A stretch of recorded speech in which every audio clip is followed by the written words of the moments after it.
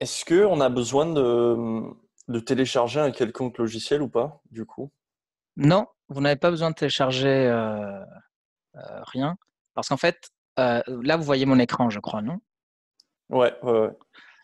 Ok. Donc, en fait, ça se passe par une page web. D'accord. Donc, du moment où vous avez normalement créé un petit compte Wolfram. Et sur ce petit compte Wolfram, vous allez juste sur le site web wolframcloud.com. Je vais vous l'envoyer par le chat. Et là-dessus, vous pouvez du coup, vous accéder à l'outil. Ah, je l'ai pas bien copié. Voilà, c'est bon, je l'ai envoyé dans le chat. Vous accédez du coup à cet outil directement. Donc, Et effectivement, monsieur, l'application du bureau apporte d'autres fonctionnalités que sur le web n'a pas? non, c'est exactement pareil. Après, Ok. il y a effectivement une différence en termes de puissance de calcul, mais ça dépend aussi des ordinateurs. Donc, par exemple, sur Raspberry Pi, si vous connaissez sans doute les Raspberry Pi, vous avez en fait dans la distribution de Raspbian directement préinstallé Wolfram, donc ce langage de programmation, en accès gratuit. Bon, après, la puissance de calcul que l'on a avec un Raspberry Pi est plutôt petite comparé à un ordinateur personnel ou un centre de calcul plus important. Mais en tout cas, le langage est exactement le même. Vous pouvez faire exactement les mêmes choses. La différence va être la limitation du temps de calcul ou de la puissance de calcul que l'on peut avoir dans une petite Raspberry Pi ou dans un centre calcul ou dans un ordi perso. Mais c'est exactement la même chose. Et pour répondre à la question, c'est effectivement, il y a à la fois la possibilité de l'installer en local. Ça, je vous le conseille si ça vous intéresse d'avoir plus de puissance de calcul, parce que votre ordinateur a plus de puissance que dans le cloud. Dans le cloud, c'est un peu plus léger. En tout cas, dans la version un peu gratuite que l'on a. Si on avait une version pro-industrielle, on pourrait faire des choses plus fortes dans le cloud. Mais bon, pour tout ce qui est enseignement à votre niveau, ça va suffire largement. Mais en tout cas, voilà, sachez que si vous avez un Raspberry Pi et vous installez la version Raspbian, donc c'est une distribution, c'est un OS, eh bien, par défaut, ça vient installer Wolfram, donc vous pouvez accéder directement là-dessus. Donc là, on est dans le cloud. Donc, je vais faire les calculs dans le cloud ou je peux les faire aussi dans ma fenêtre de Mathematica, du coup, qui serait. Elle est où? Elle est là, voilà. Elle est ici. OK, donc c'est exactement la même chose. Vous pouvez faire les deux comme vous voulez. OK, donc je vais vous montrer un petit peu les deux. Alors, celle que vous avez, vous, c'est ici, ça se présente comme ça. Donc, quand vous allez sur Wolfram Cloud, vous avez cette fenêtre et là-dessus, vous allez avoir vos fichiers. Donc, en fait, un fichier, c'est un notebook. Pour ceux qui connaissent déjà Python, vous connaissez les notebooks Jupyter. Et vous pouvez du coup installer là. Alors, je vois qu'il y a une petite question. Euh, D'accord, c'est bon. Bonjour Antoine, je vois qu'il y a Antoine qui nous a rejoint. Euh, donc, comme vous le savez, cet outil-là, il est disponible jusqu'au 15 août. Bon, moi, je l'utilise avec mes étudiants en quatrième année en apprentissage. Euh, et comme j'ai fait la demande et que cette demande ouvrait droit à tout le monde dans l'EPF, je me suis dit, bon, bah, je vais le partager pour voir s'il y a des gens que ça peut leur être utile. Et donc, l'idée aujourd'hui, c'est de vous montrer un petit peu des exemples de ce que l'on peut faire à votre niveau avec Wolfram Mathematica.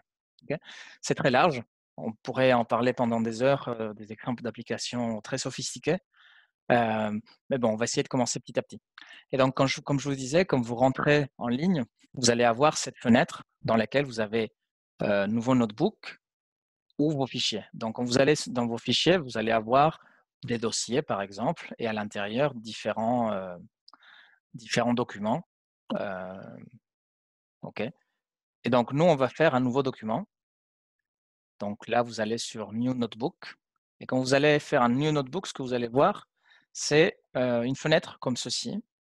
Et c'est là-dessus où vous pouvez faire vos calculs et faire tous vos, euh, des présentations ou faire du texte. Okay. Donc là, vous voyez, ça marche avec des cellules. Donc une cellule, c'est ce petit crochet que vous voyez ici à droite. Et là, ici, quand je fais clic sur format, eh bien, je peux modifier le format de chaque cellule. Donc cette cellule-là, c'est une cellule de type titre. Okay. Je peux mettre une cellule de type section. Voilà, on va faire une nouvelle section qui va être du coup j'ai ici à droite mon pense-bête. Ça va être notre première section, c'est sur les fonctions. Voilà. Là, vous voyez, je peux faire clic sur View, Magnification, donc pour augmenter la taille du visuel. Donc là, je mets à 150. Okay. Donc voilà, on va commencer par parler des fonctions. Okay. Et encore une fois, je vais rajouter une sous-section sur les bases. Alors, pourquoi on va parler des fonctions? Eh bien, parce que dans les langages de programmation, et en fait en informatique théorique, il y a différents styles de programmation. Vous connaissez probablement la programmation impérative, la programmation orientée objet. Et il y a un type de programmation aussi, un paradigme informatique qu'on appelle la programmation fonctionnelle, dont la base sont les fonctions, un peu au sens mathématique comme vous les connaissez déjà. Et Wolfram est un langage qui est pour la plupart fonctionnel. Donc, tout marche à travers des fonctions. Okay. Alors, vous connaissez sans doute l'histoire. Si vous avez une entrée X, okay, eh bien, une fonction va associer à cette entrée X une sortie Y. Okay. Donc, on dit que la fonction f associe à X Y. Et en fait, le f, ça va être une action. Okay. Ici, la fonction est une action qui peut être de toutes sortes. Okay. Alors, on va prendre par exemple, alors, je ne sais pas si ça va marcher en même temps que ma caméra, mais on va essayer. Donc, la fonction currentImage de Wolfram, ce qu'elle fait, c'est prendre une photo de votre webcam. Donc là, je lui dis, je l'autorise. Ouais, donc là, alors je vais enlever ma webcam une seconde pour qu'il puisse avoir accès depuis Wolfram. Parce que si je l'utilise en même temps que voilà. Maintenant, je remets. Si je l'utilise en même temps que Zoom, ça ne va pas marcher. Voilà. Donc là, vous voyez, ça c'est moi. Voilà, currentImage. Et c'est une fonction. Donc, j'ai appelé cette fonction. Okay. Maintenant, je veux faire une autre action sur ce résultat. Donc là, ici, on a eu une fonction qui est currentImage, que à rien, là, il n'y a pas forcément un X, associe une sortie qui est l'image actuelle de ma webcam. Bon, très bien. Maintenant, ce résultat-là, je peux appliquer une autre fonction, c'est-à-dire que ici, si on regardait ça comme une chaîne d'actions, j'aurais ma variable X qui donne en sortie Y, et si j'applique une deuxième action, je vais avoir un Z. Okay. Alors, je vais faire référence au calcul juste au-dessus avec le symbole pourcentage. Le symbole pourcentage fait référence au calcul immédiatement à la fin. Donc là, ici, en l'occurrence, mon dernier calcul, c'était cette image. Vous pouvez le voir aussi parce qu'il y a cette arborescence à droite de cellules. Donc, une cellule, par exemple, section, va contenir tout ça, tout ce qui est ici en bleu clair. Et si vous faites double-clic, ça va cacher, ça va collapser la cellule et on peut refaire clic pour décollapser la cellule. Et ce qui est intéressant, c'est que quand vous écrivez du code, par exemple ici currentImage, c'est une cellule de type entrée, input, et après vous avez en sortie une cellule de type output, avec un numéro associé qui correspond à l'évaluation. Okay.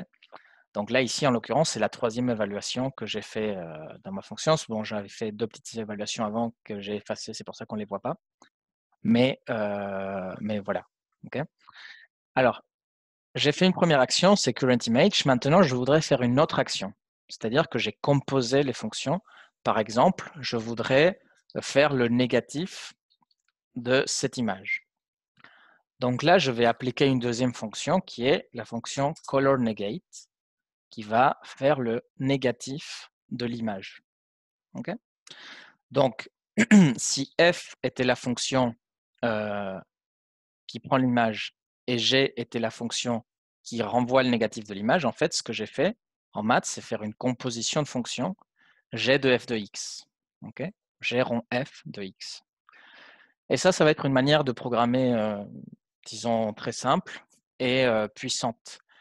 Bon, sans rentrer trop dans les détails, un des intérêts principaux de la programmation fonctionnelle, c'est qu'elle permet de ne pas avoir ce qu'on appelle des side effects, des effets de bord. Okay?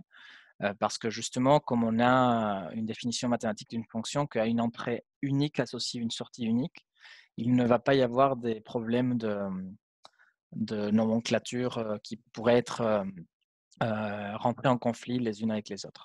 Okay? Bon, donc les fonctions, il y en a des milliers déjà définies dans le système, mais un langage de programmation se caractérise par le fait que vous pouvez étendre ce langage de programmation. Donc là, en l'occurrence, vous allez pouvoir programmer vous-même des nouvelles fonctions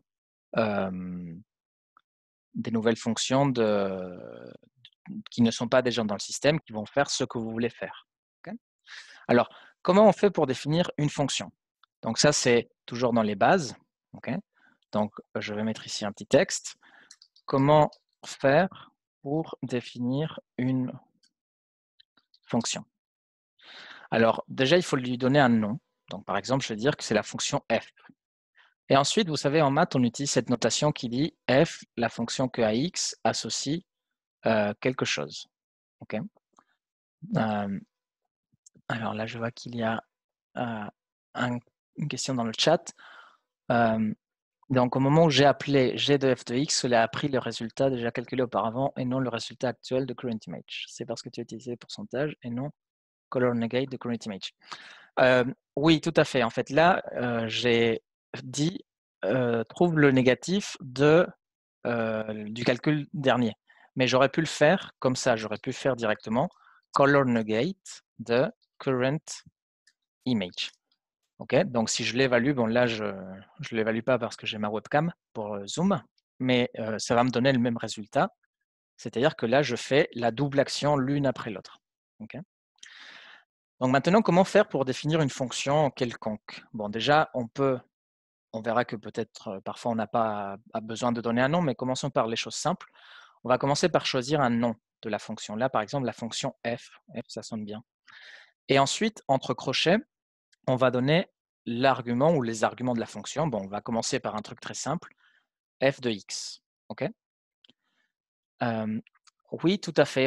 Donc, il y a une question de Adrien. On aurait pu faire là-dessus colorNegate de pourcentage 3 pour dire que c'est la sortie numéro 3 parce que là, elle est labellisée numéro 3. Donc ça, par exemple, si je le fais directement comme ça va faire le même résultat. Donc, ce n'est pas colorNegate de out 3, c'est colorNegate de pourcentage 3. Donc, le pourcentage, ça fait référence au output numéro en question.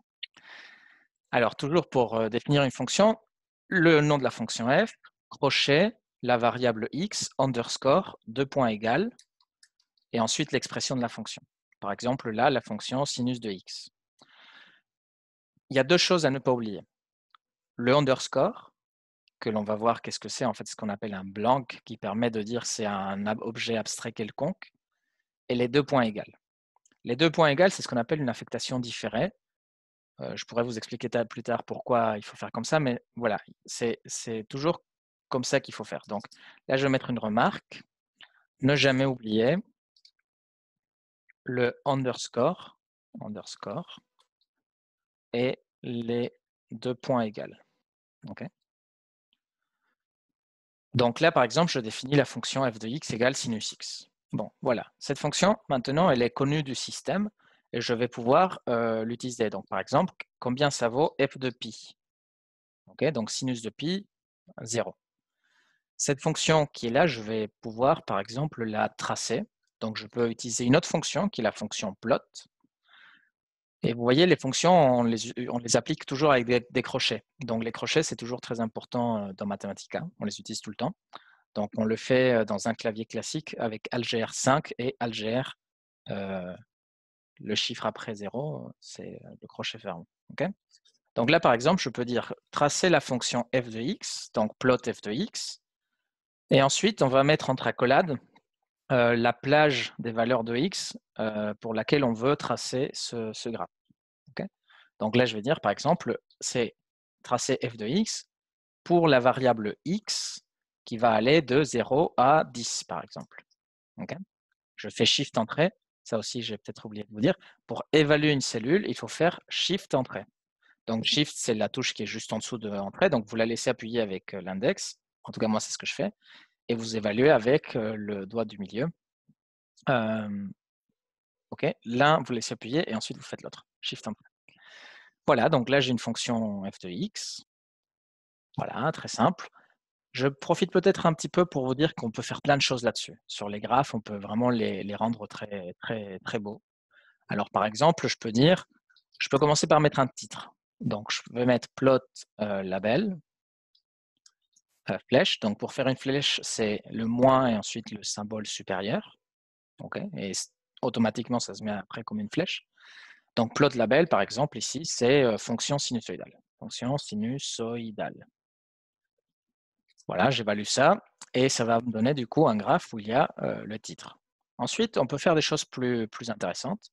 Par exemple, je peux dire plot style, le style de mon graphique. Je veux que ça soit, par exemple, en rouge et dashed, c'est-à-dire avec des petits pointillés. Okay, on peut choisir de mettre un background. Donc, par exemple, là, je mets background light blue, par exemple, bleu clair. Et vraiment, il y a plein d'options. Vous pouvez faire absolument le graphe que vous voulez. Il n'y a aucun problème. Alors, je profite pour vous dire, donc ici, dans la version en ligne, vous avez ici, dans l'onglet supérieur, documentation.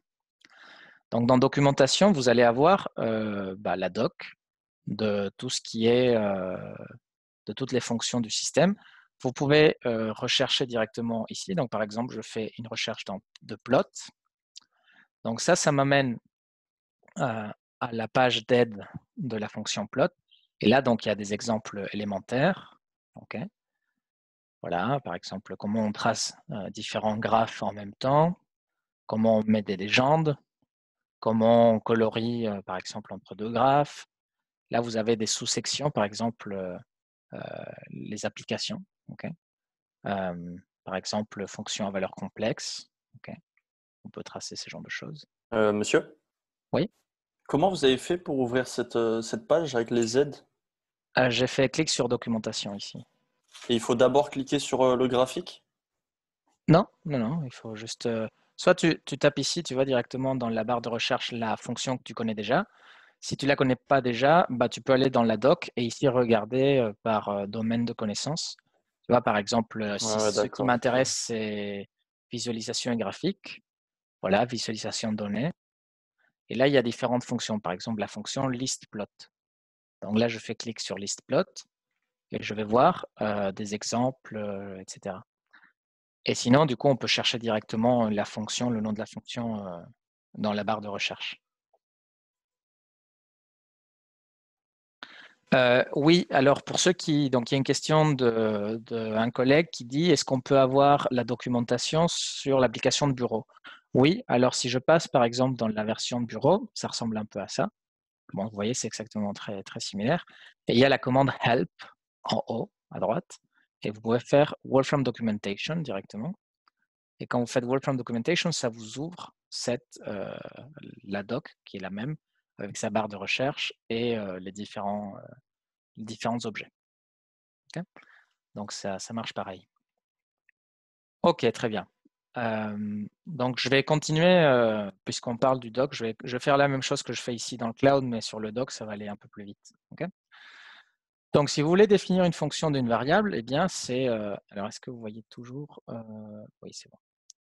Si vous voyez ici, donc, on a défini la fonction f de x. On peut tracer le graphe de la fonction f de x. Et comment on fait si on a des fonctions de plusieurs variables? Eh bien, on fait exactement la même chose. On fait g, par exemple ici, de xy.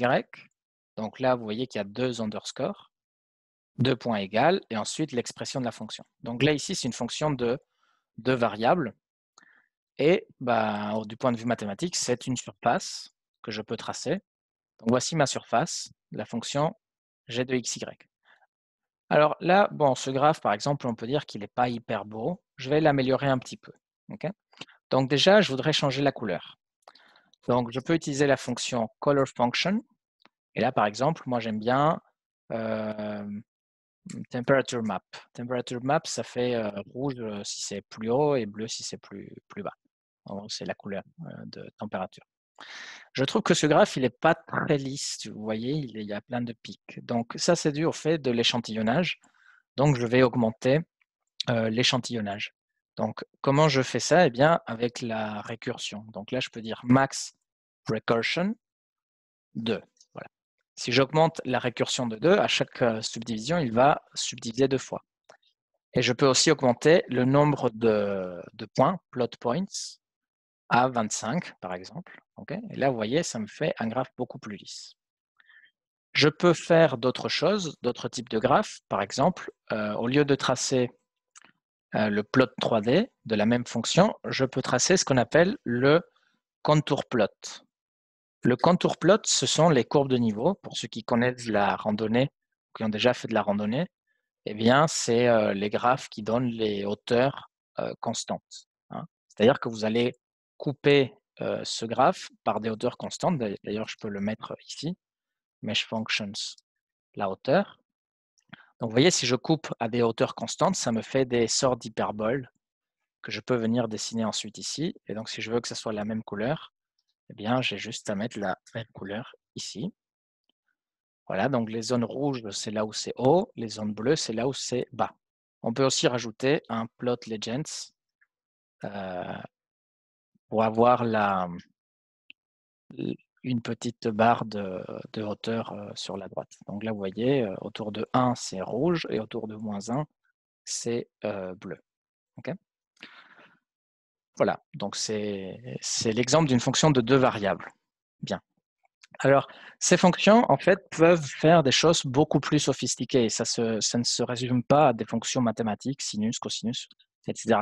Comme je vous ai montré au début, avec l'exemple de current image, une fonction, c'est une action. Okay, une action, ça peut être ce que vous voulez. Par exemple, ça peut être va chercher les données sur un site web, typiquement dans les open data actuellement du Covid, que l'on a accès, va chercher ces données-là sur une page web, importe-les sur ma session, et ensuite tu vas lancer, par exemple, une liste de calculs statistiques, rendre tout ça sur des graphes, et ensuite l'exporter en PDF. Tout ça, toute cette série d'actions, en fait, on peut la formaliser en une seule fonction, qui est composée elle-même de plusieurs fonctions, que ça serait importer, analyser statistiquement, faire les graphes. Voilà. Okay, donc là, par exemple, je définis une fonction que j'appelle racine unité. Donc, pour ceux qui se rappellent en deuxième année de ce que c'est les racines de l'unité, eh bien, ce sont juste les solutions de l'équation x puissance n égale 1. Okay, ce sont les racines énièmes de l'unité. Si n égale 2, eh bien, on a deux racines qui sont 1 et moins 1. Et si n égale 3, 4 ou plus, on a des racines complexes. Et un nombre complexe, ce n'est rien d'autre qu'un point du plan. Okay, donc, je vais pouvoir tracer ces points du plan. Je vais faire en fait un polygone. Donc là, vous voyez, qu'est-ce que je fais? Je dis, d'abord, résoudre l'équation x puissance n égale 1 par rapport à x. Donc ça, je le fais avec la fonction solve. Alors par exemple, si n égale 2, on a dit qu'il y avait deux racines, moins 1 et 1, qui sont du coup réelles. Mais si n égale 3 ou plus, là, on va avoir des racines qui sont complexes, okay, qui vont être du coup des points du plan. Donc ce que je vais faire, c'est les extraire ces racines. Et donc pour les extraire, bon là je m'avance un petit peu, mais j'utilise ce symbole-là qui est slash point, qui est une notation courte pour la fonction replace all. la fonction replace all va remplacer dans l'expression donnée, là ici en l'occurrence x, par ce qu'il y a à droite sous forme de règle de remplacement. Donc vous voyez ici, quand j'ai résolu mon équation, eh bien ça me donne x flèche, x flèche, x flèche. Ça, c'est une règle de remplacement. Donc par exemple, quand je fais a plus b, donc ça c'est une expression, je peux lui dire de remplacer le a par Mario. Okay, et donc le résultat va être b plus Mario. Donc là, ici, à droite, on a une règle de remplacement qui dit à chaque fois que tu vois du A, tu le remplaces par Mario. Ça, c'est l'action tu remplaces par. Okay, et on obtient ça. Donc quand je fais ici x slash point solve, en fait, je lui dis remplace dans x les valeurs que tu trouves ici. Donc là, par exemple, pour l'équation x puissance 4 égale 1, j'ai 4 solutions qui sont moins 1, moins i et 1. Et donc, si je trace ça dans le plan complexe, ça me fait un carré. Donc, vous voyez, ces 4 points qui sont là, ça me fait un carré. Donc, l'idée, c'est de faire la même chose pour voir en fait le polygone au fur et à mesure que j'augmente n. Donc là, vous voyez, j'ai concaténé plusieurs fonctions. La première, c'est graphics. Donc, je suis en train de faire un graphique. De quoi? D'un polygone qui contient à l'intérieur les racines complexes de l'unité. Donc, j'évalue cette fonction et je peux faire ça pour différentes valeurs de n. Donc là, par exemple, je fais avec la commande de table. Donc la commande de table va, en fait, c'est un peu comme une boucle for dans laquelle vous allez dire fais ceci pour n variant de 3 à 12. Donc là, ici, je commence avec 3 points, donc je commence avec les racines cubiques de l'unité, et je vais jusqu'aux racines 12e de l'unité, et j'avance de 1 en 1. Et je fais ça dans une table, donc vous voyez que ça me met tout ça dans une liste. Les listes, on les reconnaît par des accolades. Et voici ce que j'obtiens. Okay, donc, c'est des polygones et dont les pointes sont en fait les racines énièmes de l'unité. Okay.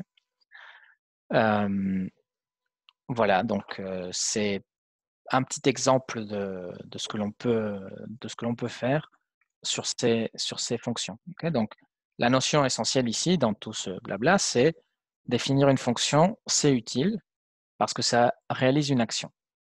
Okay. Voilà, donc ça, c'est la première chose, disons, à retenir de ça. Donc, je vais collapser cette sous-section. Et maintenant, quand on a une fonction, on peut l'appliquer plusieurs fois. C'est quelque chose que l'on fait relativement souvent. Par exemple, vous connaissez sans doute les suites géométriques. Vous les connaissez depuis la première. Une application dans le monde de la banque très classique des suites géométriques, c'est ce qu'on appelle les intérêts composés. Vous commencez avec une somme, genre 1000 €, et vous avez un taux d'intérêt, mettons 1,2%, okay, et tous les mois, vous allez gagner sur la somme que vous avez à la banque 1,2% de cette somme.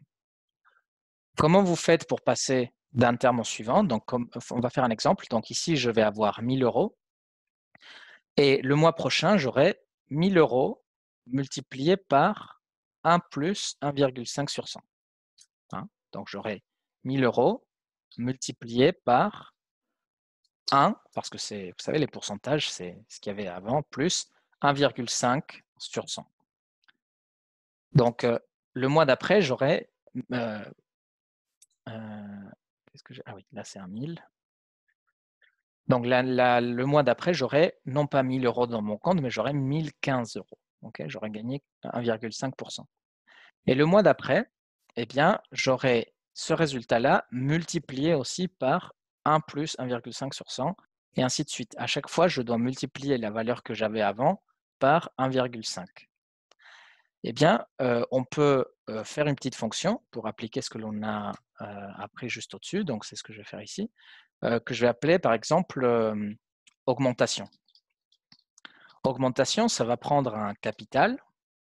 Okay, c'est ma variable, 2 points égales, et ça va multiplier ce capital par 1 plus 1,5 sur 100. Okay, voilà. Et donc, par exemple, si je fais l'augmentation de 1000 €, l'augmentation de 1 000 €, eh bien, je retrouve mes 1 015 €. Bon. Et si je veux connaître l'évolution au cours du temps de cette augmentation, je dois appliquer cette même fonction plusieurs fois. Appliquer cette même fonction plusieurs fois, on appelle ça un nest. Okay, donc, par exemple, là, vous voyez, j'ai la fonction grand f de x et je lui dis, fais-moi la liste des applications successives de la fonction f jusqu'à le faire 5 fois. Donc là, je commence avec x, c'est mon capital initial. Ensuite, je réalise une première augmentation de ce capital, donc je retrouve f de x. Et si je réapplique l'augmentation à ce que je viens de trouver, c'est-à-dire que je fais f de x, je trouve le capital 2 mois plus tard, 3 mois plus tard, 4 mois plus tard, 5 mois plus tard. Okay, donc là, en fait, si on voulait connaître l'évolution du capital initial pendant une année, eh bien, qu'est-ce qu'il faudrait que je fasse? Il faudrait que je fasse le nest list de la fonction augmentation avec un capital initial de 1 000 €, et ça pendant 12 mois. Donc, après une année, j'aurais gagné 195,62 €, okay, avec mon taux d'intérêt à 1,5%. Cette chose-là, je peux la tracer. Donc, par exemple, je peux faire list plot de la chose précédente et voir du coup comment varie cette somme d'argent sur mon compte. Okay, donc, la fonction listPlot permet de tracer une liste de valeurs. Okay, ça peut être ici le cas de l'argent, mais ça peut être aussi, par exemple, le nombre de malades de Covid dans le monde, ou ce que vous voulez. Okay, très bien. Alors, je regarde le chat. Est-ce qu'il n'y a pas de questions pour le moment? Je crois que non. Très bien. Donc, continuons avec ça. Monsieur, Oui, j'ai une question. Comment on fait pour oui, accéder à une valeur de nest list? oui. Très bonne question. Alors, si je vais l'appeler, je vais lui donner un nom à cette liste. Okay, je vais l'appeler par exemple les montants. Montant égale cette liste. Donc, pour affecter une variable, on utilise le symbole égal. Donc là, j'ai construit la variable montant et je l'ai affectée à cette liste. Maintenant, pour accéder à un élément, par exemple le premier, je peux lui dire first, 1000. Si je veux accéder au dernier, je peux lui dire last. Et si je veux accéder au quatrième élément, par exemple, je peux faire montant, crochet, crochet, 4. Ou alors aussi, mais ça c'est la notation longue, je dis part de montant, virgule 4. Donc part montant 4 va accéder à la quatrième partie de montant. Donc ça c'est la forme longue et ça c'est la forme courte, crochet, crochet. Okay, Ok, pour merci. accéder à une partie. Donc maintenant, si on continue là-dessus, là j'ai un petit exemple de maths. Considérons la fonction h de x égale 1 sur 1 plus x. Bon, c'est une hyperbole qui a une asymptote en x égale moins 1. Okay, et en fait, on peut se poser la question, qu'est-ce qui se passe si j'applique la fonction h de x de manière répétée? Eh bien, ce que l'on va retrouver, c'est quelque chose qui s'appelle une fraction continue. Okay, donc, on a x initialement, ensuite je fais h de x, donc ça fait 1 sur 1 plus x, et ensuite, je vais prendre ce résultat-là et le mettre dans le x, parce que je fais h de x, et ainsi de suite. Donc, vous voyez que l'on a une suite comme ça, qui grandit. Et on peut se poser la question, bon, est-ce qu'on peut dire quelle est la valeur à la énième itération? Donc là, en fait, c'est un problème de récurrence, okay, de récursivité. Eh bien, si je simplifie ces fractions, les mêmes, hein, donc j'utilise la fonction simplify qui simplifie des expressions mathématiques, eh bien, je vois que la suite, elle est en fait assez simple et on peut l'analyser un petit peu. Alors, regardez là, par exemple, il y a 3, 2, 5, 3. Donc là, le 3 et le 3 en diagonale sont les mêmes. 3 plus 2, ça fait 5. Donc, le numéro en bas, c'est la somme des deux d'au-dessus. Et qu'est-ce qui se passe après? Regardez, le 8 qui est là, comment je peux obtenir ce 8? Ce 8, en fait, c'est 5 plus 3. Là, la diagonale, elle est identique. Là, ensuite, la diagonale est identique, 8 égale 8. Là, il y a un 5. Le 5, c'est en fait le précédent qui était là. Et le 8 plus 5, ça fait 13. Donc, vous voyez, il y a une relation de récurrence qui apparaît. Donc, si ces expressions-là, toutes ces expressions-là, sont de la forme un coefficient A plus un coefficient B fois X, donc en fait, en haut, c'est une fonction linéaire, AX plus B. Et en dessous, c'est la même chose, c'est une expression affine où j'ai un coefficient Cn plus un coefficient AN fois X. Bon, est-ce que je peux trouver une récurrence de ça? Bon, déjà, qu'est-ce qu'on sait? On sait que initialement, donc on va se mettre par exemple dans ce cas-là, initial, A en 0 vaut 1. B en 0, c'est le coefficient qui est là, c'est 1 aussi. Et C en 0, c'est le coefficient ici en bas, ça fait 2. Alors, comment on va varier A? Pour passer de là à là, qu'est-ce que j'ai fait? J'ai rajouté 1. Pour passer de 3 à 5, qu'est-ce que j'ai fait? J'ai rajouté 2. Pour passer de 5 à 8, j'ai rajouté 3. Et en fait, qu'est-ce que je fais? Je rajoute le coefficient qui est devant le x. Donc là, j'ai une règle qui dit A de n plus 1, c'est A de n plus Bn. Hein? C'est-à-dire que le coefficient qui va venir se positionner là, à l'étape suivante, eh bien, c'est la somme des deux précédents qui sont là. 3 plus 2, ça fait 5. 5 plus 3, ça fait 8. 5 plus 8, ça fait 13. 8 plus 13, ça fait 21, et ainsi de suite. Le Cn, c'est assez simple, hein, c'était la somme des deux précédents aussi. Hein. Le Cn, c'est An plus Bn. Et le Bn, qui est donc le terme qui est ici, il va être relié à A. C'est exactement le même que le A, mais précédemment. Là, le 3 qui est là, en fait, il vient de ce 3 qui est là. Le 5 qui est là, il vient du 5 qui est là. Vous voyez, ils ont échangé la place. Et donc, on appelle ça des relations de récurrence, des suites définies par récurrence. Okay. Et donc là, je vois qu'il y a une question. On ne peut pas remplacer C par A plus B de N. Tu veux dire A de N plus B de N, c'est ça? Oui, on peut le remplacer. Oui, tout à fait. C'est juste que ça me semblait un peu plus clair comme ça, mais oui, on peut le faire. C'est-à-dire, ce que dit votre collègue, c'est que l'introduction de la variable C, elle est un peu artificielle. C'est vrai, on peut s'en passer, mais ça me paraissait un peu plus simple. Donc, la fonction rsolve va vous permettre de résoudre des relations de récurrence. Alors, par exemple, celle que vous connaissez très simplement, c'est une suite géométrique, par exemple. Tout à l'heure, j'avais mon capital U initial qui était 1000 €. Et le capital suivant, donc U de n plus 1, est égal. Donc là, vous voyez qu'il y a un double égal parce qu'en fait, c'est une équation. Si c'était un égal simple, ça serait une affectation de variable. Donc ça, c'est pareil en Python et pareil dans d'autres langages. Le double égal fait une comparaison. U de n plus 1 égale 1 plus 1,5 sur 100 multiplié par U de n, le capital précédent. Ensuite, je lui dis que je cherche la fonction U de n qui dépend de n. Donc là, c'est très simple, c'est une suite définie par récurrence qui est géométrique. Donc on sait que quand je passe de la relation de récurrence à la forme explicite, ça fait le premier terme multiplié par la raison puissance, le nombre de termes. Okay. Voilà, donc ça c'est un cas très simple. Ici on a un cas un peu plus compliqué, donc je l'applique. Et en fait, c'est un exercice intéressant de se demander est-ce qu'on peut trouver la suite AN, BN, CN à la main. C'est un peu compliqué. Okay, donc voici les résultats.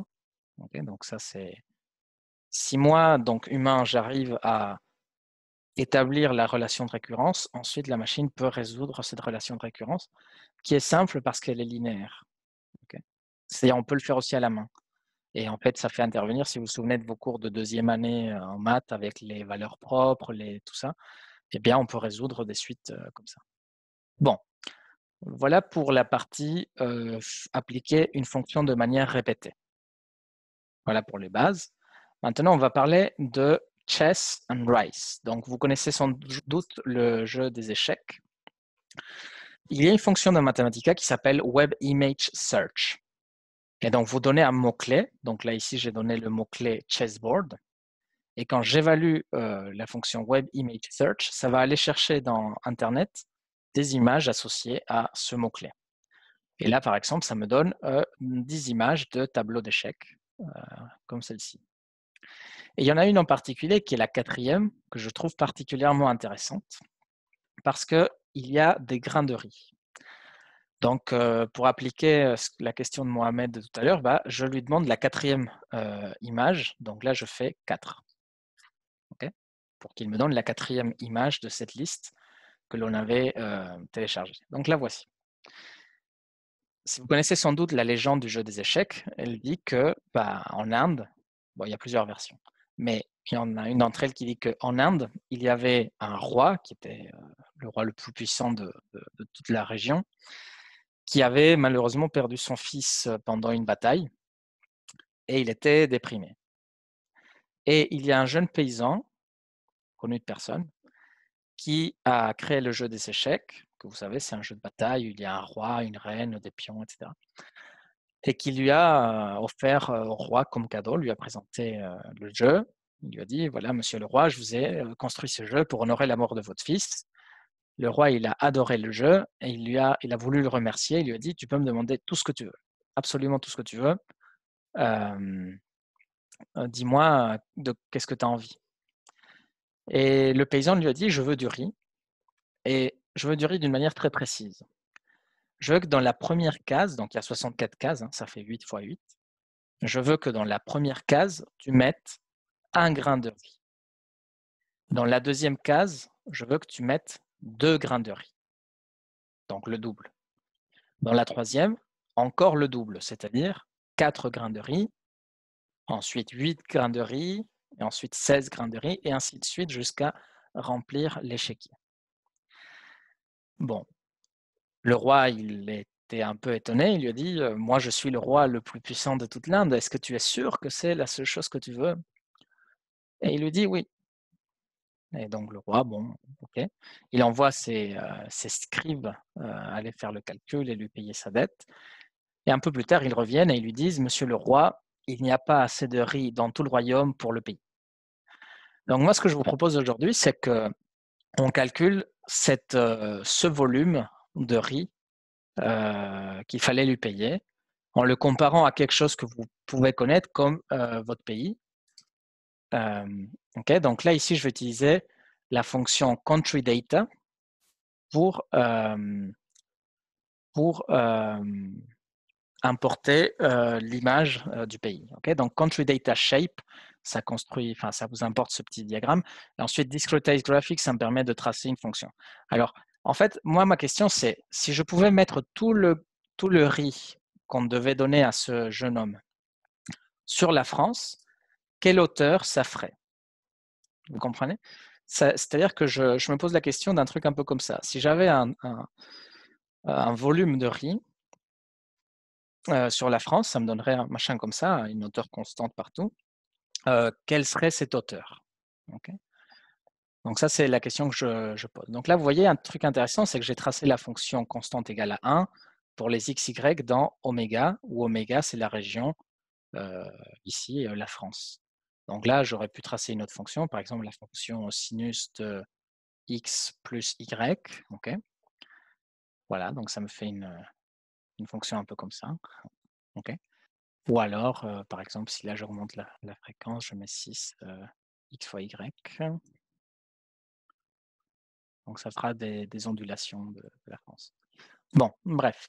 Donc vous avez compris l'idée. Donc le volume, on sait que le volume, c'est base fois la hauteur. Donc ici, la base, c'est la surface de la France. Et la hauteur est à déterminer. Bon. Donc, déjà, on peut se poser la question, combien de grains de riz il fallait lui payer? Donc, c'est une somme. Hein? Donc, ici, j'ai 64 cases. Dans la première, j'ai 1, ensuite plus 2, parce qu'il faut faire la somme des grains de riz. Donc, c'est 1 plus 2 plus 4 plus 8 plus 16, etc. En fait, c'est une somme. C'est la somme de quoi? De quelle variable? Eh bien, c'est de 2 puissance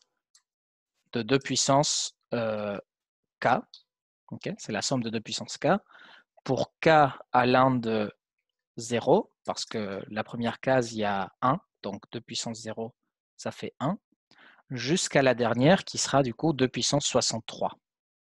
Hein, parce qu'il y a 64 cases. Donc la dernière, c'est 2 puissance 63. Donc ça, c'est le nombre total de grains de riz.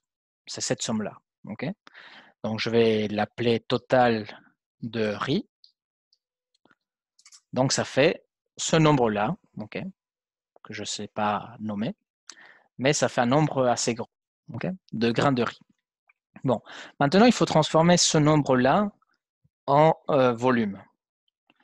Il y a une donnée expérimentale qu'il nous faut, c'est que, donc que j'ai vérifié dans ma cuisine, c'est que dans 1 centimètre cube d'espace, il y a 35 grains de riz qui rentrent. Donc maintenant, la question, c'est comment je transforme ce total de grains de riz en volume. Eh bien, si dans 1 centimètre cube, il y a 35 grains de riz, le total de grains de riz va être le total divisé par 35, tout simplement. Et tout ça, ce sont des centimètres cubes. Donc là, je dis volume total, volume, ou volume simplement, c'est une quantité qui est égale au total de grains de riz divisé par 35. Et tout ça, ce sont des centimètres au cube. Okay, ça, c'est le volume. Bon. Maintenant, cette formule qui est là nous dit que le volume, c'est base fois la hauteur. Donc, moi, ce qui m'intéresse, c'est la hauteur. Donc, la hauteur, c'est le volume divisé par la base. Bon, quelle est la base? Eh bien, la base, c'est la surface de la France. Donc, j'utilise encore la fonction country data pour accéder donc aux données d'un pays. France area, qui me donne du coup la surface en kilomètres carrés de la France. Et donc, pour terminer, la hauteur, h, est tout simplement égale au volume divisé par la base. Donc, ça fait ça en kilomètres. Bon, ce n'est pas une unité qui me convient très bien, il y a beaucoup de zéros, donc je vais faire un unit convert. Je vais convertir cette unité h en centimètres, par exemple. Et ça me fait donc une hauteur de 95,5 cm. Voilà du coup la hauteur du tas de grains de riz qu'il fallait payer à ce jeune paysan. Toute la France remplie à une hauteur de 1 mètre, okay, considérant qu'il y a 35 grains de riz dans 1 centimètre cube. Okay, voilà, donc là, vous voyez, ça vous donne un petit peu comment ça marche, ce genre de choses. Vous avez des variables, vous avez des formules, vous pouvez travailler avec des unités. Donc, vous êtes en école d'ingénieur, vous êtes amené souvent à travailler avec des unités, hein, que ce soit je ne sais pas, par exemple des newtons ou des choses comme ça. Donc, la fonction quantity permet de travailler avec ces unités-là. Et c'est intéressant parce que, vous savez, dans l'histoire de l'ingénierie, il y a pas mal d'erreurs qui sont dues à des problèmes de conversion d'unités. Même parmi les meilleurs, il y a une histoire connue de la NASA où il y avait une équipe mixte. Vous savez, dans le système anglo-saxon, ce sont des feet et des libres, des pounds et ce genre de choses. Il y a eu des problèmes de conversion. Donc là, ici, il n'y a pas de problème de conversion du moment où les choses sont physiquement compatibles. Donc, par exemple, je peux dire 10 pounds. 10 pounds, okay, donc ça, c'est une masse, plus quantity 34 kg. Voilà.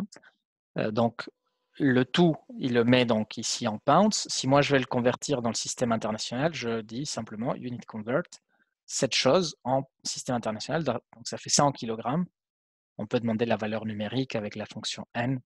Okay, donc voilà, travailler avec des unités, c'est extrêmement simple. Vous pouvez les mélanger du moment où physiquement ça a un sens et les transformer d'un système à un autre. Bon, ça c'était du coup sur l'histoire du jeu des échecs et le riz. On va continuer maintenant sur des choses plus des pays. Okay, donc là ici, je peux demander du coup les pays, quelle est la population de chacun des pays. Donc, je vais utiliser toujours la fonction country data pour accéder à différents pays et leur population. Donc là, vous voyez par exemple, l'Afghanistan, ça fait 35 millions de personnes. Albanie, 29 millions de personnes. Algérie, 41 millions de personnes, etc., etc., etc., pour tous les pays du monde. Bon, si je voulais voir l'importance de ces pays-là, je pourrais faire un graphe, bon, mais je pourrais faire autre chose aussi. Je pourrais faire ce qu'on appelle un word cloud. Okay, un word cloud va vous donner les mots, un nuage de mots avec des grandeurs plus ou moins importantes selon que la valeur est grande. Donc là, si je lui dis word cloud de ceci, ça va me faire donc une petite image où il y a les noms des pays en fonction de la taille de leur population. Donc là, voilà, quels sont les pays les plus peuplés au monde? Chine, Inde. Et ensuite, voilà, vous voyez, les autres pays sont plus petits. Bon, ça c'est, là on veut comparer des pays, donc ça c'est par rapport à la population. Mais on peut le faire aussi par rapport à la surface, par rapport au PIB et par rapport à l'espérance de vie. Donc là, ce que je fais ici, c'est faire des word cloud pour comparer ces différentes variables de tous les pays. Okay, et donc, commencer les paris, voir qu'est-ce que vous attendez, voir si ce que l'on retrouve, c'est à quoi vous attendez. Donc là, on compare population qu'on a déjà tracée, surface, PIB et espérance de vie. Okay, donc, on va voir qu'est-ce que ressort de notre analyse. Alors, sur surface, bon, je crois que c'est assez simple, la surface. Quel est le pays le plus grand du monde? Il me semble que c'est la Russie. Okay. Le GDP, donc le PIB, je pense que ça doit être États-Unis, suivi probablement de, je sais pas, peut-être la Chine, je ne suis pas complètement sûr, je pense que oui. L'espérance de vie, ça c'est déjà un peu moins clair pour moi, quel est le pays avec la plus grande espérance de vie. Mais peut-être en Asie, vous savez, peut-être le Japon, ou, je ne sais pas très bien. Donc là, on attend un petit peu que le calcul se fasse. Est-ce qu'il y a des questions en attendant? Je regarde donc le chat. Vous pouvez aussi le dire directement avec le microphone. Hein. Vous enlevez le microphone et vous dites qu'il y a des questions. Voilà, on attend un petit peu que ça tourne. Ça m'étonne que ça me mette aussi longtemps. Je me demande si ce n'est pas à cause de mon Internet. Vous m'entendez toujours? Oui, on vous entend. Ça marche. Ok, donc bon, ça va être là. On attend un petit peu. Ok. Et ensuite, ce que je vais faire après, c'est faire un peu la même chose, le même graphe, mais non pas sous forme de word cloud, mais sous forme de carte classique. Hein, je vais faire une carte classique où je vais afficher l'espérance de vie des pays, plus ou moins coloriée, en fonction de la valeur de l'espérance de vie. Alors, je suis un peu étonné que ça mette autant de temps. Je vais relancer le calcul. Ah oui, c'est bon. En fait, je ne sais pas ce qui s'était passé. Voilà. Voilà notre résultat. Voilà, Chine, Russie, États-Unis. Donc ça, on était d'accord. Tout à l'heure, j'avais dit Japon, mais je m'étais trompé. C'est Monaco. Okay. Après, vous voyez aussi que les écarts sont quand même plus marqués sur les aspects population, surface économique, que sur les espérances de vie. Bon, évidemment, il y a des pays avec une très petite espérance de vie, mais ce que je veux dire, vous voyez là, on a presque du mal à voir que c'est Monaco le plus grand. Voilà, donc là, ici, je refais un peu la même chose que précédemment, mais je vais, donc pour chaque pays, j'ai une valeur d'espérance de vie en années. Vous voyez, c'est une quantité. Et cette chose-là, je vais la tracer sur une carte. Donc, à l'aide de la fonction GeoRegion Value Plot.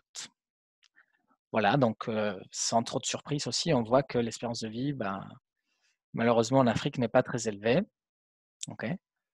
Et le reste du monde, voilà, Europe, on n'est pas trop mal, États-Unis, Canada, Australie, c'est pas trop mal.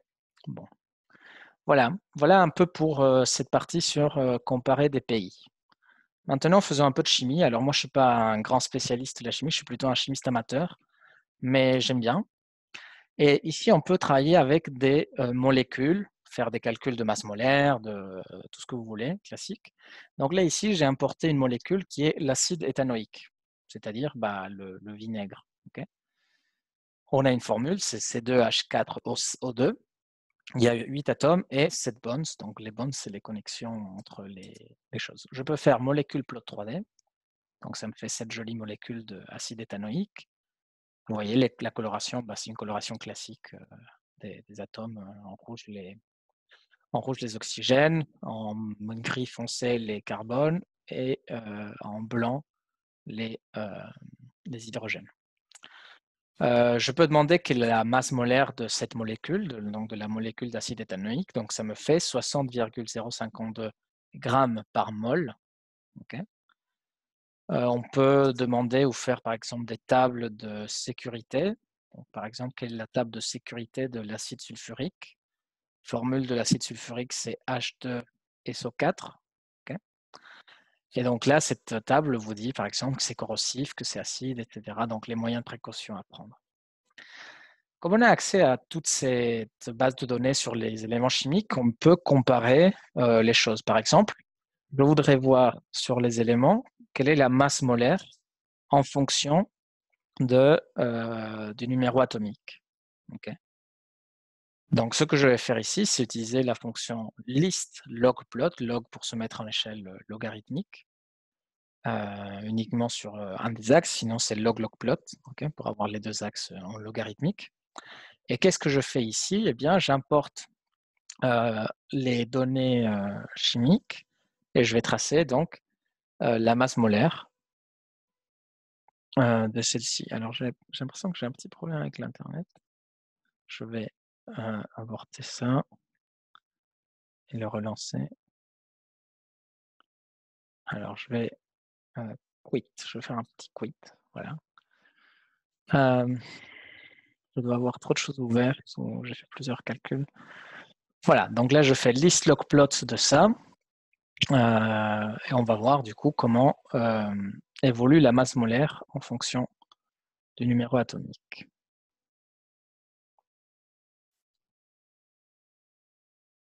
Enfin,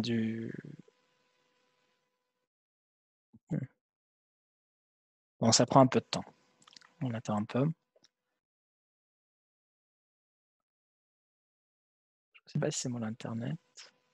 D'habitude, ça va très vite. Mais effectivement, quand on travaille avec des données, ça peut prendre du temps parce que les calculs ne sont pas faits en local. Alors, je vais aborter celui-là. Je vais essayer celui-là. Donc là, ici, ce que je fais, c'est comparer du coup le point d'ébullition avec la vaporization heat, donc le taux d'évaporation d'un élément. Okay. Donc vous voyez par exemple ici, ça c'est un joli exemple pour faire de la régression. On voit qu'il y a une forte corrélation entre ces deux variables. Okay. Donc là ici, element data, ce que ça vous fait, c'est ça vous donne les éléments chimiques de la classification périodique. Hydrogène, hélium, lithium, beryllium, etc. Et là-dessus, vous pouvez du coup faire des calculs. Donc là, ici, je compare en l'occurrence le point d'ébullition et la chaleur d'évaporisation. Okay. Tout comme il y a Element Data, il y a plein d'autres choses sur l'anatomie qu'on va voir juste après, ou les planètes. Okay. Par exemple, je peux faire Planet Data. Donc ça, ce sont les planètes. Et voilà, il y en a 8. Et sur ces planètes-là, je peux par exemple importer une image. Okay. Donc je peux dire Planet Data de la chose précédente et je veux Image. Donc je fais ça sur les planètes. Okay. Donc je peux le faire comme ici, je vous expliquais ça un peu plus tard. Là, j'ai fait un map d'une fonction. Ou alors je peux utiliser la commande de table que l'on a déjà vue précédemment. Donc ça serait Planet Data de P image pour P dans planète. Voilà. Qu'est-ce qui s'est passé? Plainte. Ah non, c'est pas plainte, c'est planète. Planète. Voilà. Planète data. Voilà, donc ça importe des images. Bon. Mais on peut faire d'autres choses, comme par exemple, au lieu d'importer les images, compter par exemple le nombre de lunes qu'ils ont. Donc vous savez que notre Terre, elle a une lune, mais par exemple, Jupiter, il en a 82. Ok, 82 lunes comme nous. Voilà, donc il y a toutes ces données-là autour des sciences. Ok. Maintenant, faisons un peu de physique. Alors, c'est un exercice classique en première année. Comment vous pouvez faire pour déterminer la profondeur d'un puits? Eh bien, une bonne chose, c'est vous lancer une pierre, vous mesurez le temps que ça met pour entendre le plouf, et voilà, ça vous donne une estimation de la profondeur.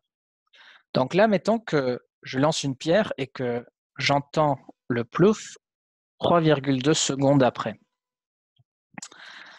Je veux savoir du coup quelle est la profondeur. Bon, si on applique la deuxième loi de Newton, c'est une équation différentielle, donc masse fois l'accélération égale somme des forces. Ici, la pierre, je la lâche, donc elle n'est soumise qu'à son poids. Donc là, j'ai l'accélération en y est égale à moins g. Les conditions initiales, ça va être la profondeur, P. Hein, je considère que la hauteur 0, c'est l'eau, et que la hauteur P, c'est la surface d'où je lâche ma pierre. Et je lâche cet objet sans vitesse initiale. Donc y' en 0 égale 0. Tout le monde a déjà résolu cette équation différentielle dans sa vie, et donc ça fait un terme quadratique en T. Donc G, c'est la constante gravitationnelle, et P, c'est la profondeur. Maintenant, nous, on sait qu'après 3,2 secondes, on a touché l'eau. Donc, je dois savoir quel est ce temps, quel est dans cette trajectoire-là le P. Donc, je vais remplacer ici, dans cette formule, T par 3,2 secondes et G par la constante gravitationnelle qui est 9,81 mètres par seconde carré. Donc, ça me fait ça, et je dois résoudre ça égale 0. Pourquoi? Parce que cette chose va être égale à 0 pile quand, n'oubliez pas que ça c'est la hauteur, hein, donc pile quand ça touche le fond. Donc si je fais solve cette équation-là égale 0, ça me dit P égale 50,2 mètres. Okay. Alors voilà, c'est une approximation de la profondeur du puits. Il y a un petit paramètre que l'on peut rétorquer. Bon, en général, les étudiants ne le rétorquent pas, mais si on veut être stricto sensu rigoureux, il faudrait quand même le dire. Quand j'entends le plouf, le son met un certain temps pour arriver jusqu'à moi. En l'occurrence, il doit parcourir toute la montée du puits. Et on peut estimer du coup quelle est l'erreur, la marge d'erreur que l'on fait en approximant la profondeur du puits comme ça. Parce que là, ça voudrait dire que j'ai considéré que j'entends à l'instant la roche qui touche l'eau. Or, ce n'est pas le cas, il y a un petit temps de décalage. Donc, je vais pouvoir demander quelle est la vitesse du son, que c'est autour de 300 mètres par seconde. Et si vous faites donc égal, si vous tapez égal dans une cellule, ça vous ouvre ce qu'on appelle l'interpréteur de langage naturel. Et là, je peux écrire en anglais speed of sound. Donc, c'est pas avec des commandes, c'est pile des choses comme ça. Voilà, et donc par exemple, si je le transforme en unité, ça fait 340 mètres par seconde. Bon, ça c'est la vitesse du son. V son égale ça. Maintenant, si on a à peu près une hauteur de 50 mètres, quelle est l'erreur en temps que je fais? Donc vitesse, c'est la distance divisée par le temps. Donc le temps, c'est la distance divisée par le temps. Donc si là, je prends ces 50 mètres, que je le divise par la vitesse du son, ça me fait 0,1 seconde. Voilà, donc l'erreur est quand même petite. Si je dis cette approximation-là, dès que j'entends la pierre, c'est comme si c'était automatique, le son vient vers moi. Ok. Donc, là, sur une profondeur de 50 mètres, l'erreur, elle est de 0,1 seconde. Donc, c'est comparable un peu à ce que j'aurais pu faire comme erreur en appuyant un peu plus tôt ou un peu plus tard sur mon chronomètre. Okay. Donc là, c'est un petit exemple pour vous montrer, voilà, on a des formules, on a des quantités, on va résoudre les unes par rapport aux autres. Bon, c'est un petit exemple. Okay. Sur l'anatomie, il y a plein de choses à dire, plein de choses à faire. Là, par exemple, ce que je fais, c'est j'importe une main gauche et je mets un certain style avec plot thème de type rayons X. Okay. En attendant que ça s'ouvre, voilà. Donc, ça, c'est une main en 3D, donc c'est un graphique 3D que l'on peut tourner. Et c'est une main avec les os, etc. Donc là, on peut avoir vraiment un détail très précis de tout ce qu'il y a à l'intérieur. Et donc, c'est la fonction anatomie data, anatomie plot 3D. Donc là, par exemple, je peux dire left fémur graphics 3D, par exemple. Et donc là, ça m'importe le fémur gauche. Là, ensuite, on pourrait faire des calculs mécaniques, par exemple de résistance des matériaux, des choses comme ça. Ou par exemple le crâne, skull en anglais. Donc ça me fait un crâne. Moi, j'en ai un dans mon bureau que j'ai imprimé en 3D. Parce que ça aussi, vous pouvez imprimer en 3D directement depuis Wolfram. Donc ça, c'est un crâne. Et il y a une commande qui s'appelle Printout 3D, Print out 3D, qui vous permet du coup d'exporter un fichier qui est imprimable dans les imprimantes 3D. Donc comme ça, moi j'ai imprimé plusieurs choses à l'EPF, dont un crâne. Okay. Voilà. Est-ce qu'il y a des questions dans le chat? Je crois que non. Ok. Monsieur, j'ai une question. Oui. Toutes ces bases de données, elles sont où? Enfin, comment Wolfram a accès à toutes ces données? Par exemple, pour les pays ou les trucs comme ça. Eh bien, en fait, chez Wolfram, on a une équipe de curateurs de données dont leur boulot à temps complet, c'est vérifier les données, les stocker, aller en chercher d'autres sur des choses très différentes. Donc, ça peut être les planètes, ça peut être par exemple les calories alimentaires ou ce genre de choses. Il y a une équipe complètement dédiée à ça. D'accord, ok, parce que c'est conséquent quand même, les données auxquelles on a accès. Là. Ouais, c'est très conséquent. Je profite du coup pour vous montrer quelque chose qui s'appelle Wolfram Alpha. Donc Wolfram Alpha, vous connaissez sans doute, vous l'avez déjà utilisé peut-être. C'est une page web, c'est un moteur de connaissances, on appelle ça. Et en fait, Wolfram Alpha est intégré directement sur Wolfram Mathematica. En fait, c'est un produit qui a été programmé avec le langage Wolfram. Et là, par exemple, je peux demander, tenez, on va regarder un peu les finances. Comment est l'euro par rapport au dollar? Donc là, je tape en langage naturel et ça va du coup me dire comment ça a évolué. Donc là, par exemple, sur la dernière année, je vois comment le quotient euro par dollar a évolué. Donc actuellement, il est à 1,9 dollars pour un euro. Je peux regarder ça aussi sur les 10 dernières années, par exemple. Okay. Donc ça vient, voilà. Au mieux, on a été donc en 2012 à presque 1,5 $, pour un euro. Et là, globalement, ça a une tendance quand même à la baisse. Là, vous savez que le prix du pétrole était pas très bien. OK. Oil price. On est tombé une journée jusqu'à moins 35 $. Donc là, pour le moment, sur le CLC, on est à 15,35 $ par baril de pétrole. Donc là, on a eu un crash. Là, on est passé en dessous de zéro.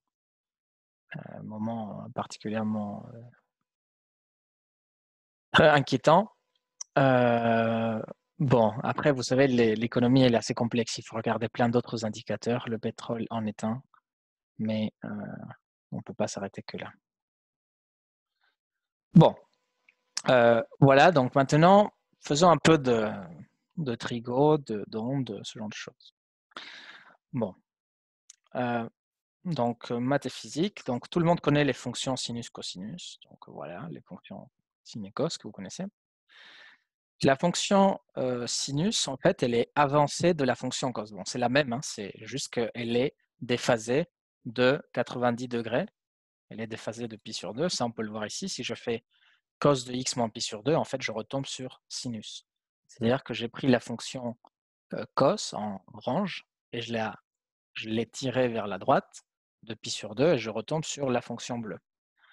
Il y a une commande qui s'appelle la commande manipulate qui vous permet de voir et de faire varier des paramètres au sein d'une expression quelconque. Là, en l'occurrence, d'un graphe.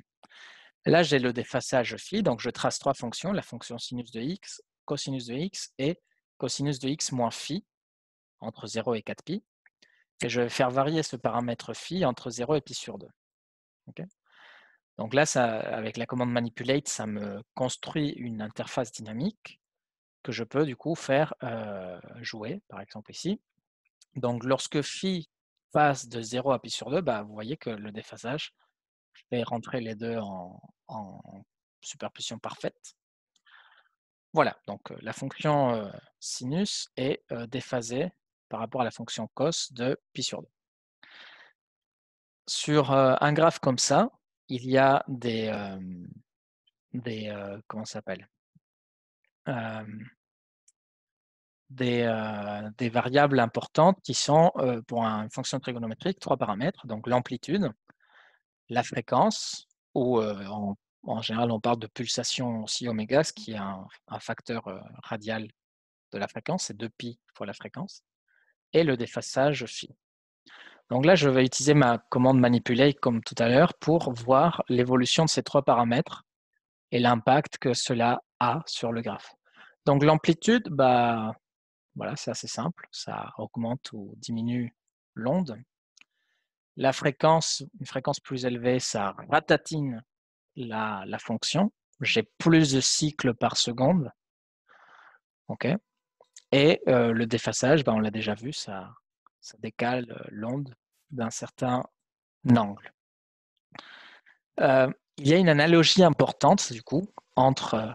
alors, je vais vous partager le son de l'ordinateur. Voilà. Il y a une analogie importante entre les ondes et le son. Eh bien, c'est que le son, c'est une onde physique. Donc, vous savez, les ondes physiques, c'est une propagation d'énergie, c'est un transport de matière. Et les exemples classiques, c'est le son et la lumière. Donc, le son est une onde de pression. Là, par exemple, j'utilise la fonction sound pour jouer une note. Okay. Est-ce que vous avez entendu la note ou pas? Allô? Oui, on l'a entendu. Ah, ok, ça marche. Parce que c'est la première fois que je teste de partager le son de l'ordinateur. Donc, je ne savais pas. Donc, voilà, ça, c'est un La. C'est en fait un La numéro 3 qui correspond à une fréquence de 440 Hz. C'est une fonction sinus, en fait. On peut la représenter comme une fonction sinus de 2pi fois 440. Donc, quelle est la période de cette fonction? Je peux utiliser la fonction function period, qui donc cherche la période d'une fonction abstraite, ici la fonction sinus de 2pi fois 440. Donc là, ici, la période, c'est 1 sur 440. En fait, c'est normal parce que la période t, c'est 1 sur la fréquence, ou alors 2pi sur oméga, oméga étant la pulsation. Okay. Donc en fait, si je trace ce graphe entre 0 et 1 sur 440, j'ai un cycle, hein, parce que cette fonction elle est périodique avec cette période. Donc là, j'ai un cycle complet.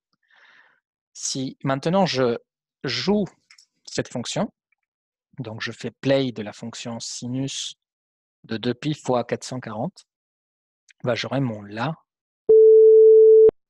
comme tout à l'heure. Okay, bon, c'était un peu fort peut-être. Voilà, là je joue un La sur 1 seconde. Alors, qu'est-ce qui se passe si la fréquence augmente? Par exemple, si je mets le double, donc là je mets x2, eh bien, le son devient plus aigu. Et À l'inverse, si on diminue la fréquence, eh bien, le son va devenir plus grave. Donc là, vous voyez quel a été l'effet. Hein. Donc, d'abord, j'avais la fonction bleue qui faisait un cycle par période, donc par 1 sur 440. Et quand je double la fréquence, ben là, j'ai 2 cycles, un comme ça et un comme ça.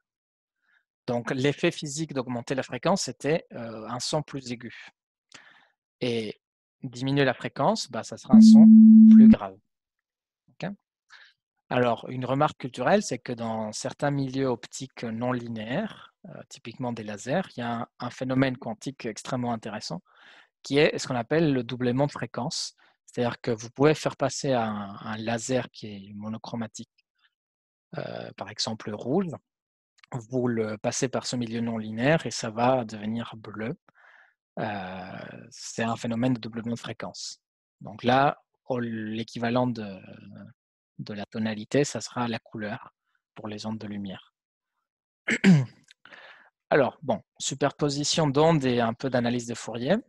Là, ici, quand je considère cette fonction, 2 sinus de 3t plus 4 sinus de 5t, eh bien, en fait, c'est une superposition de 2 fonctions. La première, elle a une amplitude de 2, la deuxième, une amplitude de 4. La première, elle a une pulsation de 3 et une pulsation de 5. On peut voir le graphe qui en résulte. C'est la fonction verte qui est là. Donc, la fonction verte, elle est le résultat de la somme de la fonction bleue en pointillé et de la fonction orange ou jaune en pointillé. Il y a des endroits où les deux fonctions font une addition qui rend la fonction plus importante, et des endroits où ça s'annule, des endroits où la somme des deux est nulle, par exemple ici. Okay. Ou alors, il y en a une qui est plus négative et la somme des deux elle fait un truc encore plus négatif. Okay. Voilà, et donc cette fonction-là, qui résulte d'additionner ces deux-là, est comme ça. Bon, voilà. En fait, il y a une autre façon de voir une fonction comme ça, la fonction verte. Je peux la voir ici en temps, mais je peux la voir en fréquence. Et si je la vois en fréquence, cette même fonction qui est là, en fait, ça se verra comme ça. Là, ici, j'ai un plot dans lequel j'ai l'amplitude et la fréquence, enfin la pulsation, oméga. Okay. Et je vois que cette fonction verte, elle est composée de 2 points qui sont une amplitude de 2 avec une pulsation de 3, une amplitude de 5 et une pulsation de 4. Là, en fait, ce que je regarde, c'est le spectre de ma fonction. Et Fourier nous dit qu'un signal périodique est une somme, toujours une somme, éventuellement infinie, d'ondes trigonométriques. Bon, là, j'ai mis en sinusoïdal, en fait, c'est en trigonométrique. En fait, ce sinusoïdal, ce n'est pas non plus incorrect, puisqu'on peut retrouver le sinus en fonction du cos. Bon, je vais le laisser sinusoïdal. Donc là, par exemple, je prends la fonction f de x égale x. Bon, voilà, rien de très complexe, c'est juste une droite. Et avec la fonction Fourier Series, je peux calculer du coup les séries de Fourier.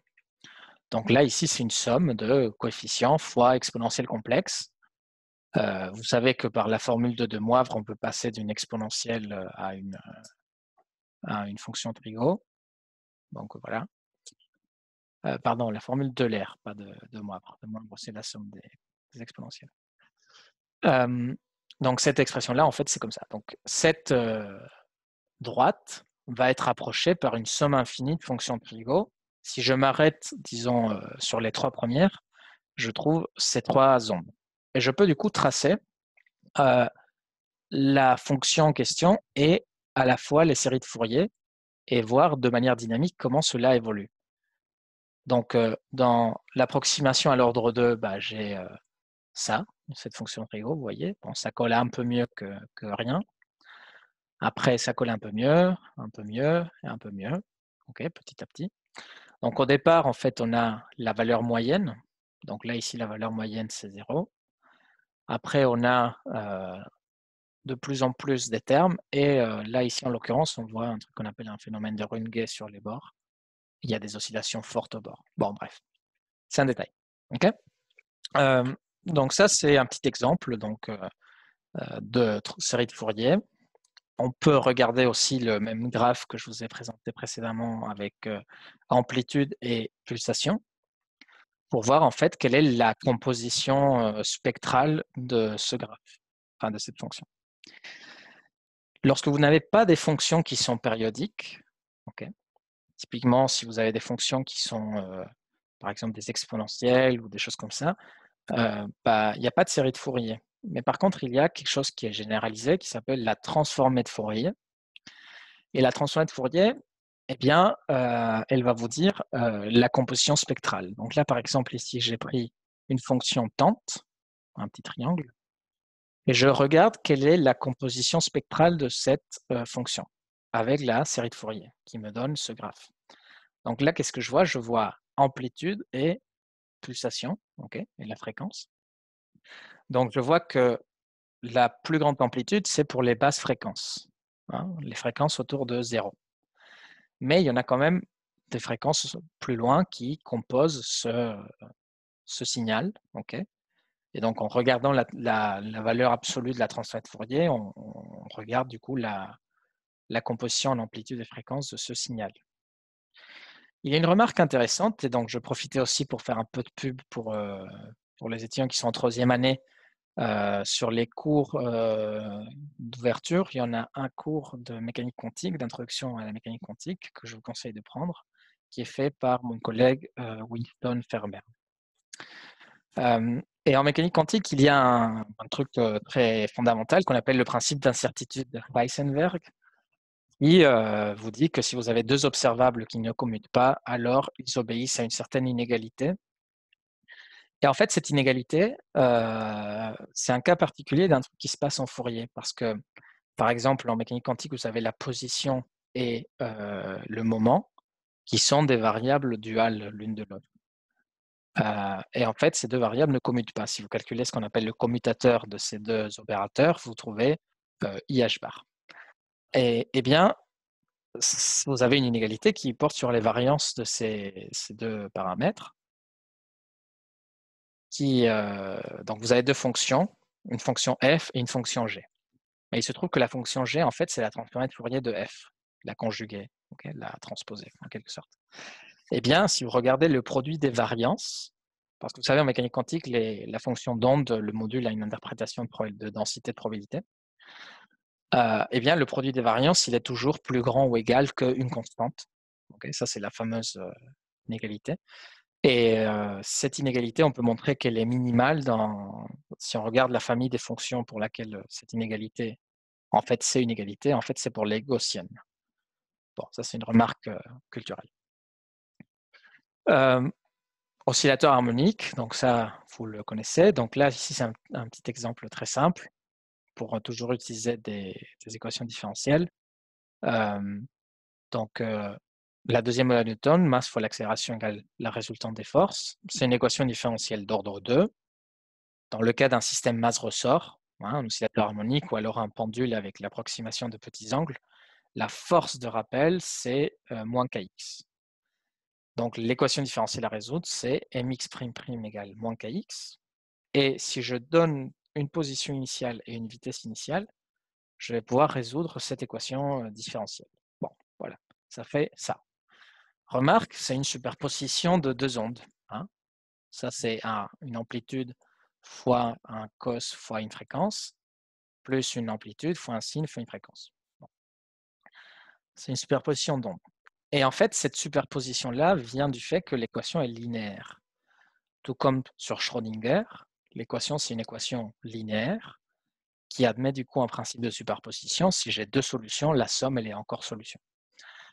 Et ici, dans le cas simple, en fait, on peut voir aussi qu'elle est linéaire parce qu'on peut transformer cette équation en un système d'équations. Donc, pour les étudiants qui étaient en 3e année cette année avec moi dans le cours de commande, on a fait ça plein de fois. On a dit que ce système-là, on peut le transformer comme une matrice fois le vecteur des inconnus.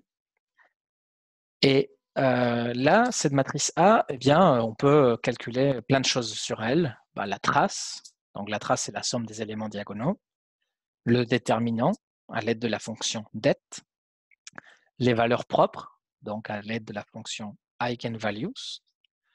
Le polynôme caractéristique polynomial de la matrice A en termes de la variable inconnue lambda. Donc, c'est ce polynôme-là très simple. Et là, il y a une remarque que j'aimerais bien faire, c'est quand vous étiez en première année, on vous a appris à résoudre ce genre d'équation et on vous a dit toujours, il faut commencer par chercher l'équation caractéristique. En fait, cette équation caractéristique, c'est le polynôme caractéristique de la matrice sous-jacente qui est là. Et les solutions, ce sont les racines du polynôme caractéristique, c'est-à-dire ce sont les valeurs propres. Donc, il y a une relation très forte entre les valeurs propres et cette linéarité de la fonction.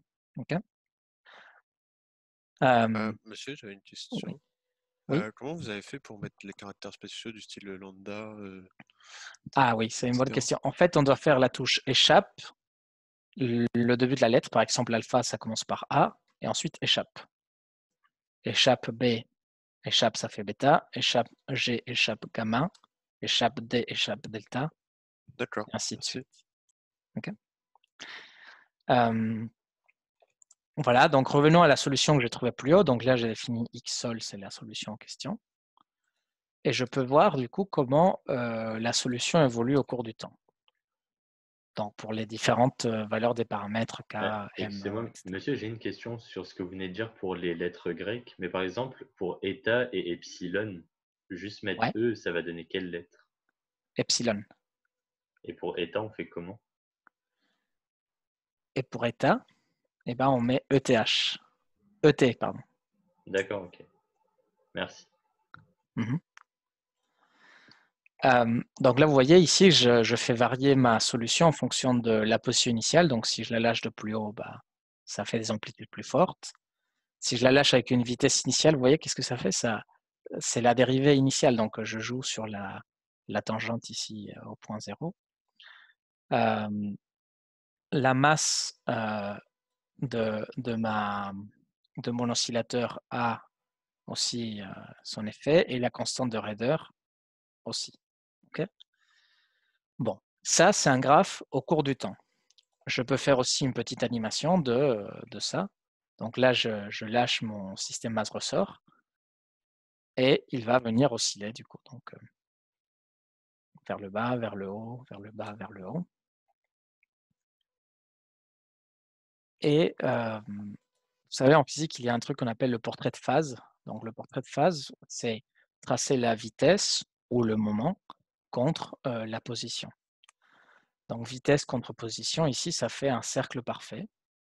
Et en fait, on peut le voir aussi au cours du temps. Donc là, initialement, j'ai ma masse qui a 1, donc je l'ai étirée, sans vitesse initiale, donc son ordonnée de ce point rouge, il est en 0. Ensuite, je le lâche et je vois comment il évolue. Donc je le lâche, donc la masse, elle va vers là-bas, donc vers les x négatifs. Et sa vitesse, elle augmente et ensuite diminue. Ensuite, elle augmente et diminue. Vous voyez, donc ça fait un truc cyclique comme ça. Là, c'est parce qu'il n'y a pas de frottement. Hein. Si on rajoute des frottements, on ne verra pas des cercles parfaits, mais on verra plutôt des orbites qui vont vers l'origine en faisant une spirale. Okay. Là, c'est parce que le système est conservatif. Si je rajoute ici, par exemple, donc, un gamma x', donc un terme de frottement, c'est un plus ou un moins, je ne sais jamais. Voilà, c'est un moins. Eh bien, je verrai ça. Okay. Donc, je verrai qu'initialement, mon système, il est là. Et petit à petit, il va aller vers l'origine. Je vais le faire un peu plus long que 2π. Je vais aller jusqu'à 4π. Voilà. Et donc là, pareil, jusqu'à 4π. Et 4π ici. Voilà. Et ça, c'est quoi? Ah oui, il faut que j'augmente le plot range, 4. Alors, je vais mettre all.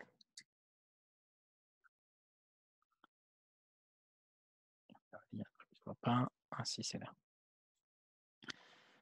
Donc, je vais mettre le plot range all ici. Voilà.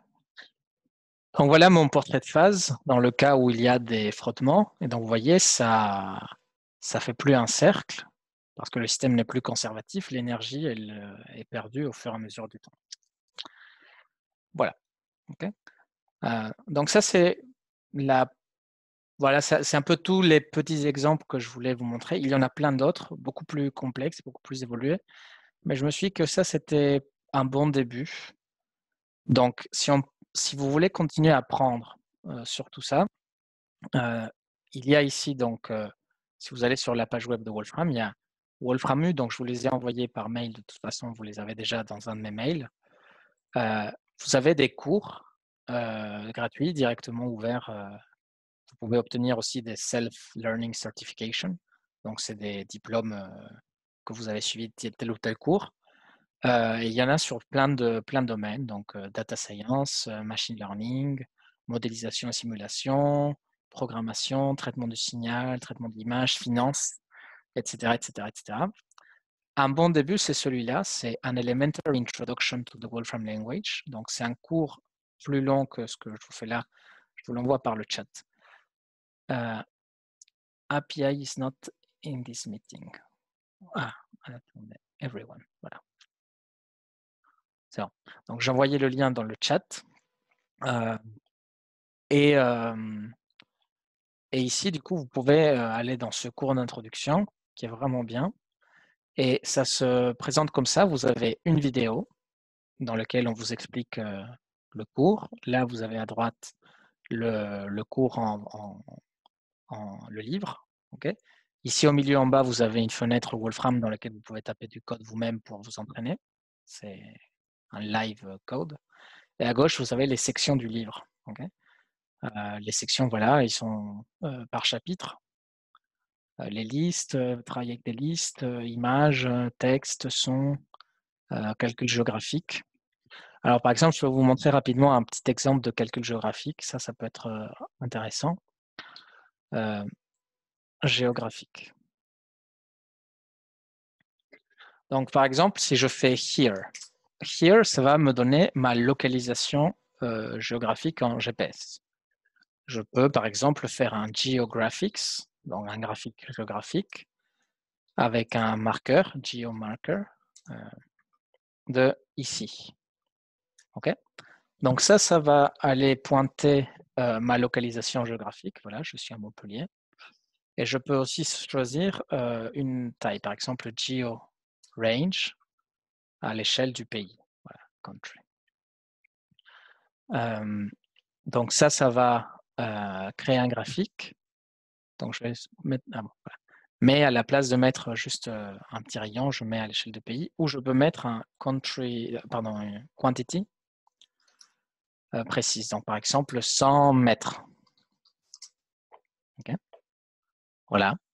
Donc comment on fait pour travailler avec les deux. Et il y a quelque chose qui est intéressant aussi, c'est je peux, par exemple, sélectionner une autre coordonnée. Alors, par exemple, on peut, sur Maps, je vais aller chercher les coordonnées de l'EPF, par exemple. Okay. Donc, voilà. Alors, l'EPF, elle est un peu par là.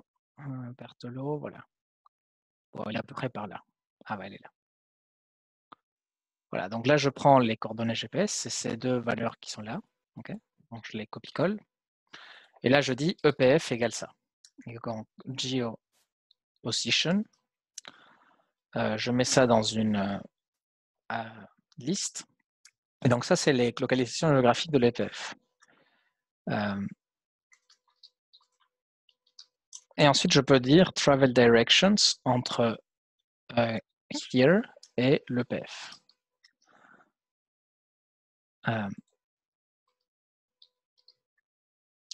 Entre here donc, et l'EPF, il faut le mettre dans une liste. Donc, voici ce que j'obtiens. Donc, la fonction travel directions va vous donner les instructions qu'il faut suivre pour aller d'un endroit à un autre. Okay. Donc, et ensuite, vous pouvez faire une graphique de ça. Donc là, par exemple, comment je vais de ici à l'EPF en voiture. Okay, donc ça, c'est en voiture. On peut aussi sélectionner d'aller à pied. Okay. Donc pour cela, il faut dire que l'on travel method walking. Okay. Donc au lieu de driving, on fait walking. pour dire qu'on va à pied. Et là, du coup, je superpose les deux. Enfin, je fais... OK. Voilà. Donc, il y a plein d'autres exemples. Mais l'idée, c'est que vous voyez un petit peu les possibilités. Là, je vous ai montré juste un chouïa de vraiment tout ce que l'on peut faire. Mais bon, en temps limité, c'est une bonne introduction. Je ne sais pas si vous avez des questions.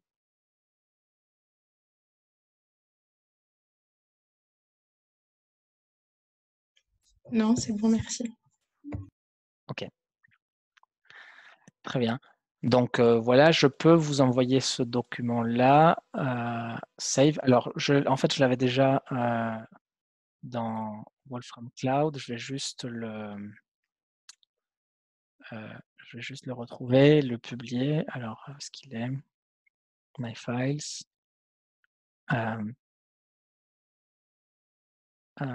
Voilà, entre Wolfram Language. Ce que je vais faire, c'est que je vais le publier. Comme ça, vous aurez accès.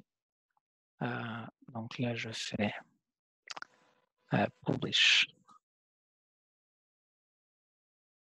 Voilà, donc automatic URL, allow anyone to access, make interactive controls active. Voilà.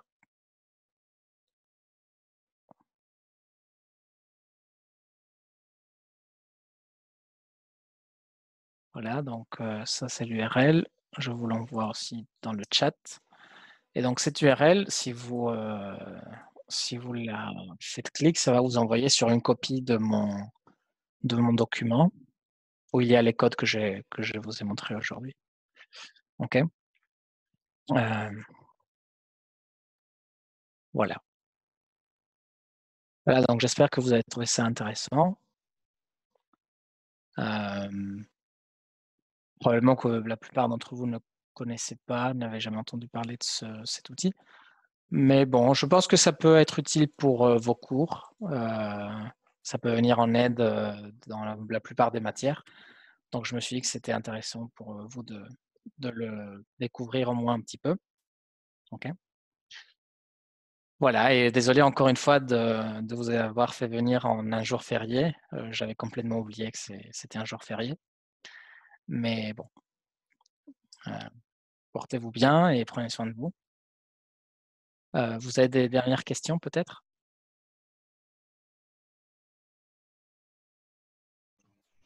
Non, pas pour ma part, donc merci encore et puis Non plus, ouais. Ça marche. bonne journée. Merci, monsieur. Non, c'est bon. Au revoir. Merci à beaucoup. vous, bonne journée. Monsieur, question. Est-ce que vous pourrez m'envoyer la vidéo, s'il vous plaît?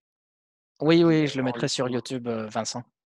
D'accord, vous pourrez m'envoyer le lien par mail? Ouais, je te l'enverrai tout à l'heure. Ouais. Ok, de nickel. souci. Merci, monsieur. Ciao. Bonne journée, bon week-end. Au Merci. revoir. Week-end. Au revoir, Week-end, monsieur. au revoir.